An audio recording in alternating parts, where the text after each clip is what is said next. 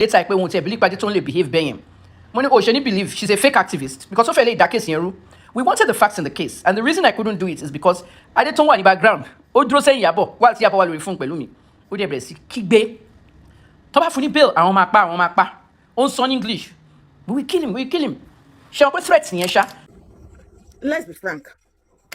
Tó bá jẹ́ movie ni, bó ṣe sọ, mi bá wọn sí ńbẹ̀. Ní tilẹ̀ ń tọ́ náà, director máa wà ńbẹ̀ tó máa sọ pé movie dẹ̀ làwọn ń ṣe wẹ́ ṣe sọ́dọ̀tọ̀.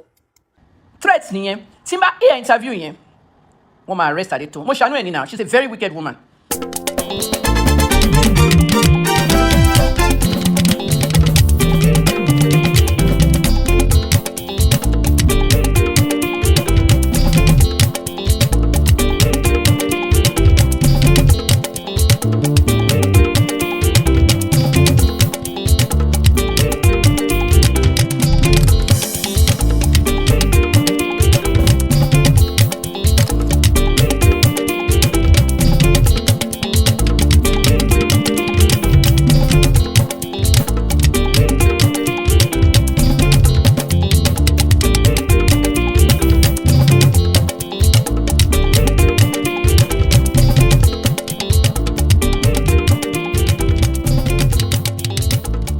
Ẹ kú dédé àsìkò ní gbogbo ibikíbi tẹ́ bá ti láǹfààní láti máa wo ìkànnì yìí. Tó bá yẹ pé ìgbà kankan yín rèé tẹ́ máa darapọ̀ mọ́ ìkànnì yìí, ìkànnì Lovers Arena TV nìkànnì tí ẹ já sí yìí. Mo rọ̀ ọ́ bá mi subscribe sí ìwé ẹgbẹ́ rẹ̀ ń ọ̀rẹ́ máa gbé kan níbẹ̀ táwọn olóògbé máa pè ní notification bell. Bá mi tẹ̀ tó bá ti tẹ̀ tán yóò gbọ́ option mẹ́ta kan wá, èyí tí ń bẹ lókè ohun tí ń ṣe option A, L àti L táwọn olóògbé máa pè ní option all. Ó ní kó bá mi tẹ̀ tó bá ti tẹ̀ tán yọ̀ǹda rẹ̀ láìkì fídíò tó ń wò lọ́wọ́. Dr. Kemi Lunsoro, as you know, I retired from journalism and I don't practice anymore and I don't really use social media anymore. I mean, I stayed a little bit funny, but after a while it runs out. Me socialize, but I came to work. Anyway, I opened my TikTok because I fair updates on cases Timo actually share as a journalist. I keep archives of those cases because Muma she documentary on these cases. And if you look at this TikTok page, it's like that. These are cases I actually dealt with. So, Eka Sonogba Baba Ijesha, àti Biola Adebayo interview, àti gbogbo àwọn obìnrin tó ń ṣépè fún Biola, tó ń ṣépè left, right, and center. Okay, mo máa dá sọ̀rọ̀ ẹ̀ sìn because ṣẹ́rẹ́ yìí tẹ̀ wá Nàìjíríà àti ẹ̀yin tẹ̀ jẹ́ Nigerians tẹ̀ wá abroad ẹ̀gbọ́n rárá ẹ̀kan wọn máa sọ̀rọ̀ anyhow ni ẹ máa disrespect ẹ máa ṣe gbogbo ẹ̀ ṣé wọ́n ti fẹ́ pa gbogbo yín tán Nigerians sìn. Gbogbo nǹkan tí mo sọ wípé ó máa ṣẹlẹ̀ ṣé kò ṣẹlẹ̀ ṣé petrol ti wọ 1400 ṣé mi ò sọ gbogbo ẹ̀ fún yín ẹ má disrespect àwọn independent journalists tán fún yín ní concrete news any support any ṣe nǹkan. Where are the journalists now? There are no journalists left in Nigeria. At the end of the day ìyà ń jẹ everybody everywhere. Gbogbo àwọn nice places tẹ́ máa ń fẹ́ lọ ibẹ̀ náà ti ń throw bomb missile àti gbogbo ẹ̀ ń sìn. Anyway, jẹ́ kí n get on Baba Ijesha. One of the reasons to me cover case Baba Ijesha, me with the Sorong Pai, okay, is a very little known reason. Nígbà tí case ìbẹ̀rẹ̀, Adetoun Onajobi, idiotic woman, fake activist, to release phone number me, address me, tó ní káwọn èèyàn wá nà mí nílé, táwọn Iyabo support ẹ̀, àwọn tó ń support ẹ̀ ńgbà yẹn ní case ọ̀rọ̀ money. Ẹ rántí Adetoun, okay. Adetoun man jump on anything activism. Kobali were prominent and visible in that case. Itiobali Gbowo from Abolte. At the end of the day, okay, she's a fake activist. At the end of the day, ngbà tí ọ̀rọ̀ Baba Ijesha ṣẹlẹ̀ tó ṣẹ̀ṣẹ̀ bẹ̀rẹ̀ gangan. Mo call Iyabo Ojo nílé ẹ̀. Mo dẹ̀ sọ pé Iyabo, I want to interview you. Ṣé wọ́n pè mí àti Iyabo apologized for me from Port Harcourt prison in September of 2019. So I was still talking to her. I don't talk to her as in call her every day or see her at the party, go to parties together. No. Okay? I will see her at any event. Hello, hi, what do you mean? 2019, Maria Bogbe. So by 2020 pandemic, 2021, yeah, around that area, I remember calling Iyabo Ojo, but case, to drop. When you interview Iyabo because of what you said with regards to Baba Ijesha. In the beginning, Fuman any opportunity to actually access the law. Innocent till guilty, that whole stage. So Yomi Fabi Idasi, And Yomi Fabi in protect legal rights. Baba Ijesha at that time. Our girls didn't share that at all.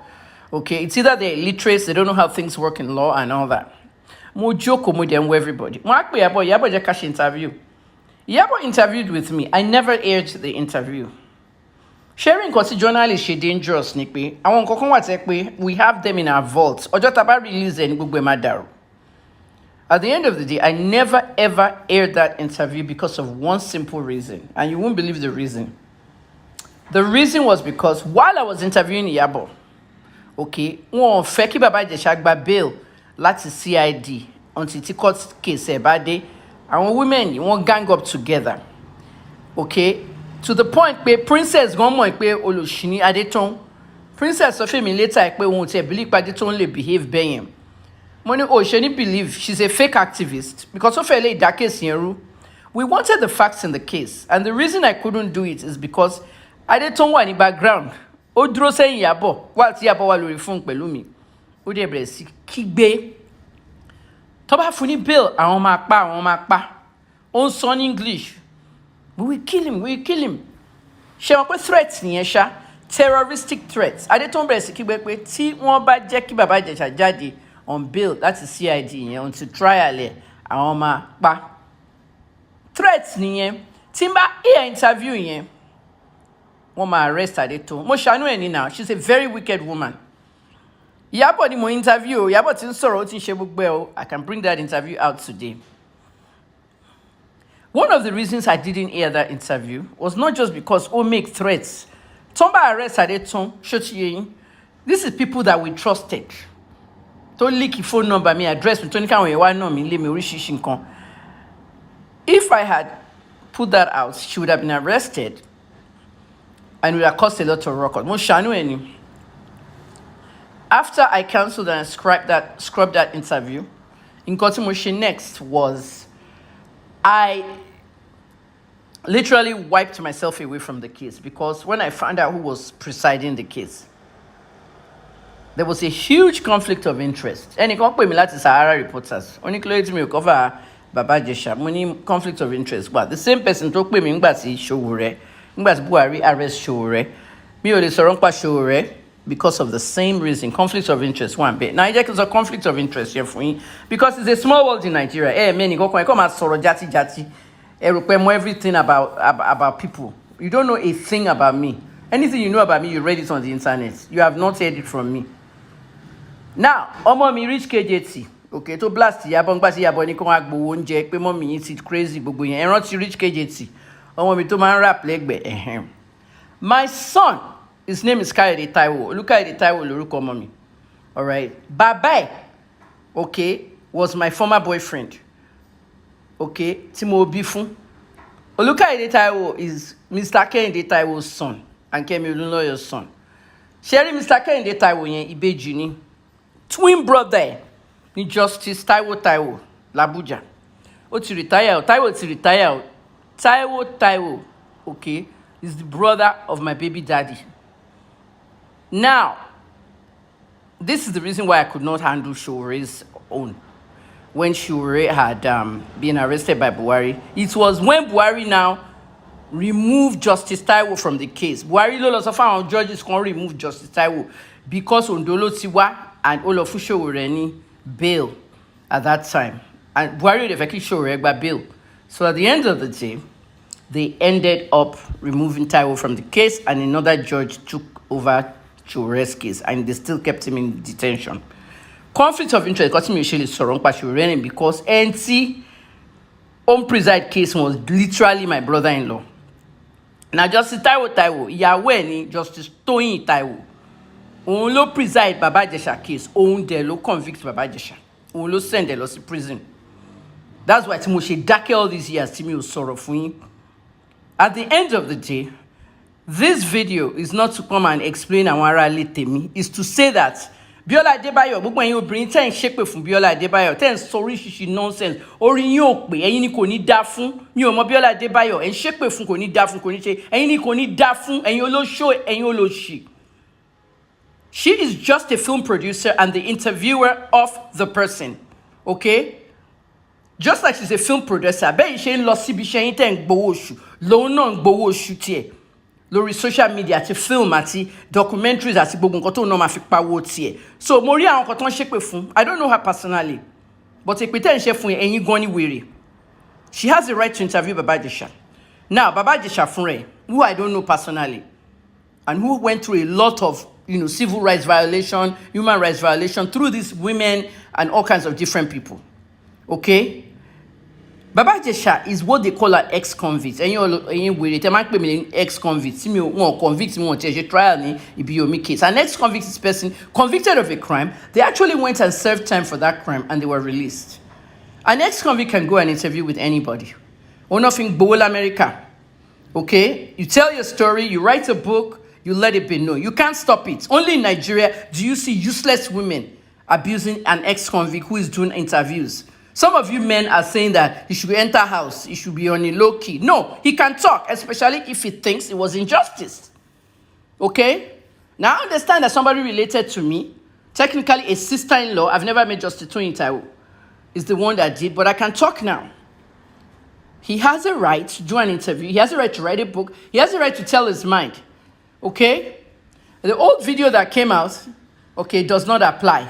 Gbogbo ẹ̀yin náà pé UK kọ́ ló ti ṣẹlẹ̀, Nigeria ló ti ṣẹlẹ̀. So okay, face Nigeria. Because gbogbo ilẹ̀ lawless ní Nigeria. Kí n tó kúrò bẹ́ẹ̀ mo sọ fún yín pé bandits máa dé western side, wọ́n máa dé Kwara, wọ́n máa dé gbogbo ẹ̀. Ó ló ti ṣẹlẹ̀ yìí. Ẹ ń jókòó sórí Baba Ijesha, ẹ ronú bẹ́ẹ̀ ṣe máa jẹun, bẹ́ẹ̀ ṣe máa rí epo, bẹ́ẹ̀ ṣe máa survive the next day. So please do not abuse that woman that interviewed her. Okay, and keep your hands off Baba Ijesha. He can do what he wants when it comes to this. He's an ex-convict and he can go around, he can write a book, he can make money, and he can even make a movie about what happened to him. Thanks for listening. Taban produce, when we are recording, we have so many people on ground. Movie 10 wo, awani kokole wo. Crew. Sometimes a little 20, 15, thereabouts. Sometimes maybe tí room yẹn bá fẹ́ kéré bákan, ó lè má gba èrò tó yẹn. On some people tó ń sọ wípé bóyá wọ́n pe Baba Ijesha fún movie ni or no movie. Wípé wọ́n tàn wípé wọ́n fẹ́ ṣe film. Sometimes truly a lè rò pé room yìí ó kéré. Káwọn crew kan bọ́ síta. But I will tell you one fact. Possibly I shall kéré tó nínú room yẹn. Director must be there. Makeup artist must be there. Continuity must be there. We kò tiẹ̀ wá zero. Our director must be there. Òun ló máa direct. Continuity. Mo mọ̀ pé àwọn kan ti fẹ́ máa roast. Wọ́n ti fẹ́ máa ṣépè fúnra wọn bí tí mo ti mọ̀ mú yẹn. Mo dẹ̀ mọ̀ mú láti bẹ̀ ni. Wọ́n ti believe pé maybe mo fẹ́ side yẹn ni mo ṣe ń sọ pé bóyá sometimes kò kí n zero. I know what I'm saying. Let's be frank. Tó bá jẹ́ movie ni, bó ṣe sọ, mi bá wọn sí ńbẹ̀. Ní tilẹ̀ ńtọ́ náà, director máa wà ńbẹ̀ tó máa sọ pé, movie dẹ̀ làwọn ṣe wẹ́ ṣe sọ́dọ̀tọ̀. Makeup artist máa wà ńbẹ̀. Continuity máa wà ńbẹ̀. Bí ò tẹ̀ sáwọn míì ńbẹ̀, bí rúbà tẹ̀ sí ńbẹ̀. So lórí ìyẹn, àwa kan lè máa believe pé movie ni. Ṣé yẹn ni mo fẹ́ sọ ṣá? Ṣé yẹn nìkan ni àbí mo ti ní nǹkan mi? Abẹ́ ti jẹ́ kí n gbàgbé. So ìyẹn that's on that, yes, lórí yẹn nìyẹn. So àwọn tó ń kọ movie script kìíní kan nìyẹn, má yẹ ká tanra wa. Wípé maybe ó wá ṣe gangan, mi ò mọ̀ bóyá ó ti ṣe rí behind the camera before that very day or not.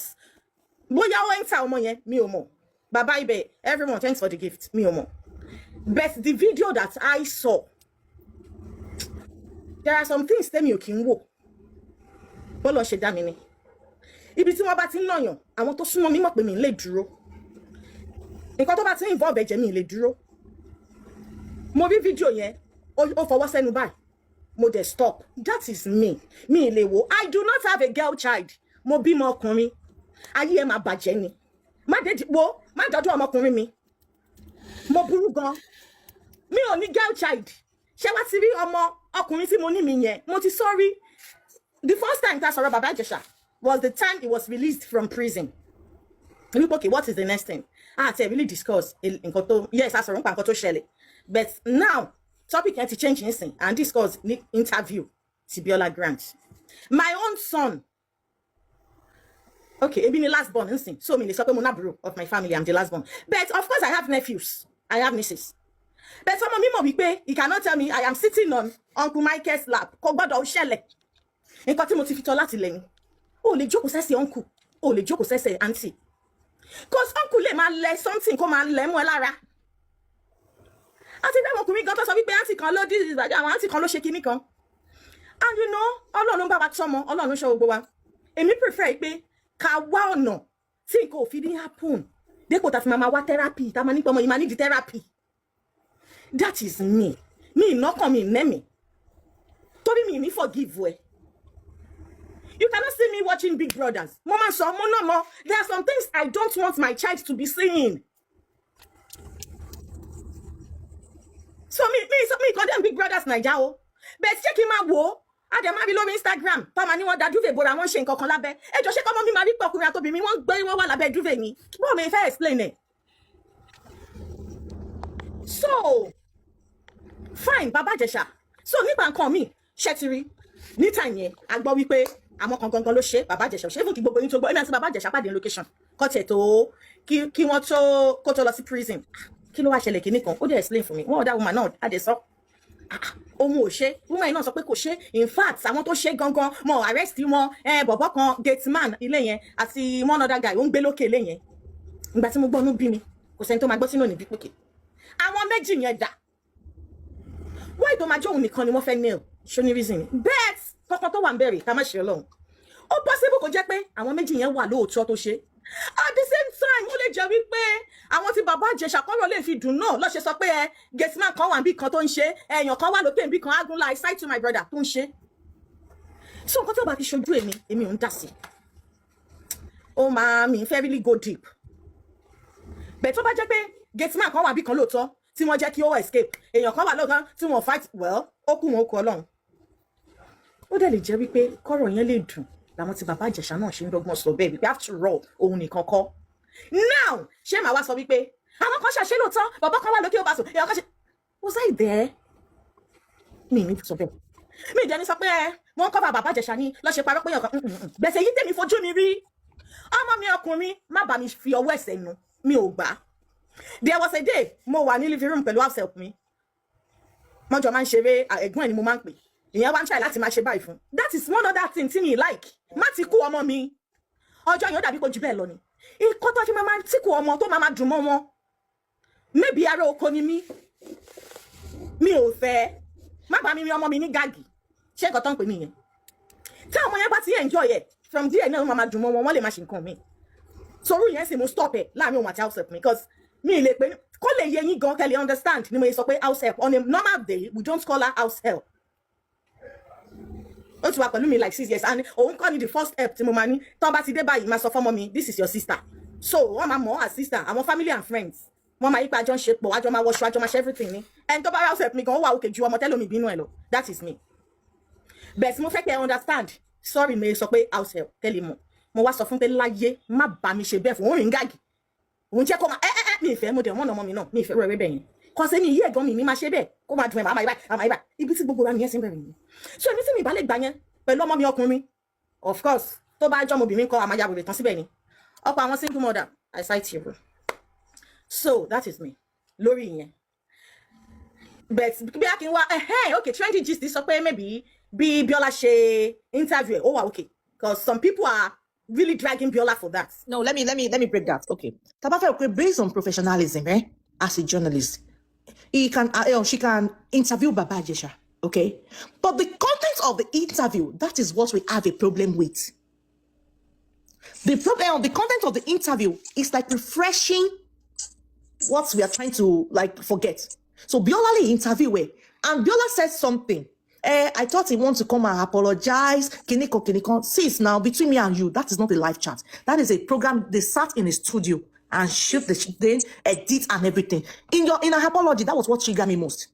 She apology, but you never said one single sorry throughout the whole interview. Let's be sincere.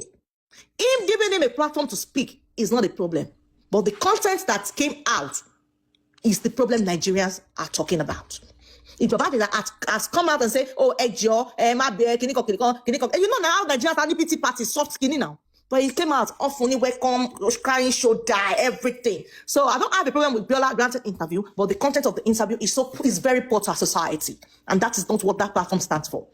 So can I have to Okay, Okay, go ahead, please, Mr. Please. Go ahead, please. Okay, thank you. Because most of you actually more need sharing, but most of you have patiently listened to everybody and you've spoken well. Even Bimbo herself spoke well. Biola, I know her very well. And Trending, I've been on your page before. The part you said that if you listen to the interview very carefully, that's not where I'm just trying to say this before I go into what I have to say. If you listen to the interview very well, Biola was even pushing it to Baba Ijesha. Like he did it. But Baba Ijesha was actually saying, oh shit. See, let me tell you, part of the enabler standing in Nigeria is the government. I'm going to go there. And let me tell you, at first, it's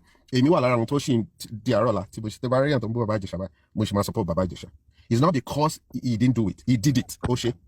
Because anything anything he can go and anything set up. We want to set up like Sister Bimbo said. He is not really like if you're acting movies, there are things you actually know. There are people that actually need to be in a place of acting. To my account, acting. Let's assume, let's agree. Oh shit, and that's clear.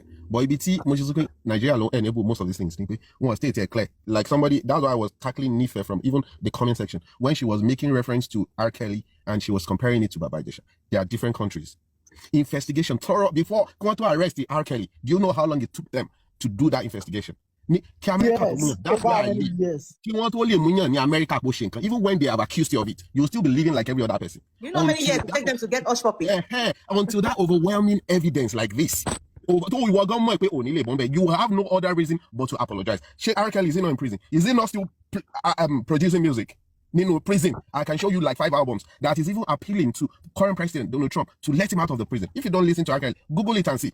They let him go to studio from that place. No, Baba Ijesha to Washington. She come out studio money. He needs to move on. Fine, if he tag it, if he bracelets, I don't want to distract you. Okay. When Baba Ijesha came out, he sang a song. That song, did you listen to the content of that song? That's exactly what I'm saying. Only Corin Tobago. If he bracelets, no, not only Corin Tobago. The content of that song. See, I don't want to be upset on this platform. This is very nice. Hold on. I'll let you speak. Hold on. I don't want you to kill my line of thought. That's why I said you should hold on. So listen, I have not listened to the song. Let me put it that way first to you. Now, Toba Corin, what I said, only Corin Toba will mean only Corin. Do you get? Only Loshe movie Toba. That's what I'm saying. Only Loshe anything Toba. And if you the only thing that they need to do, come off bracelet or tag, select like sex offender lady. Come on tag anybody Toba Jisa Latik Basi or lower. That's what they do here. I live here. I know what I'm saying. Yeah, I agree with you on that. Even though let me ask you, no return back because we have social security, right? In Nigeria, she wants to NIN. What if you see this guy is a sex offender? First of all, he share job any federal government, private job, whatever on your own. He share only which is the music. That's what I'm saying about R. Kelly. Don't call him right now. Because he share anything that does not have to do with anybody, that you don't have to report to anybody about you or whatever, that's what you can do. But I don't want to go deep on that. I want to comment to what MLF said. The other guy, the moderator, said, not only women are being whatever. It is everybody, both males, child, and stuff. Like Bimbo, Sister Bimbo said, look at it. One be almost said, like, just showing your king, as I said. She ain't really anything bad about it. But right now, to change, who wants a child? Look, you can imagine how embarrassing it could be. Kenya can call you go hug me, go say my fuju, embarrassing, but I know everything. So I'm not going to blame anybody who does that or who's doing that or who would do that. But I can feel see awareness about what. See everybody why okay, these are the things we don't want to call me just like they are doing right here. We can see it even on the internet. One must form to be 3 years. When the teacher touch it this way, is it a good touch or a bad touch? I'm a bad touch. When the teacher, so a male guy touch it this way, what do you respond to the guy? That's a bad touch. Don't touch me that way. So to everybody, to education, taught you were educated about how to behave in town or wherever you go. Things will be easier. See, government not there to stay clear. Let me tell you again why I said the government are the enablers. We need the same country to live. That's to Ibo outside Yoruba. Me, Ibo, me. I feel I'm 5 years old. Why did you celebrate? Why did you go out at in the Senate house on who are senators will say it. In the same country that we live, the same law does not bind us. Why are we still talking? Why are we not? Public figure. That's why we heard it. Do you know how many of these things are going around and people are not, even when they nail them, when they take them to jail, they still don't even tag it on, they still don't put their names. They still don't, tag it anywhere that these guys, today, they'll still do the same thing. Like MLF said, a lot of lives have been damaged. A lot of people, girl, child, male child, his life has been damaged just because of all of these things. So I wouldn't want to say it from the beginning to the end because I cannot say everything. While I was even talking about most of the things to Professor, but I can tell you that's it because comment section. Gesture Comment section. Comment section. No. So because I really want to talk about what people are really talking about. Kábíyèsí kan wá sórí show mi lánàá. Kábíyèsí padà bẹ̀.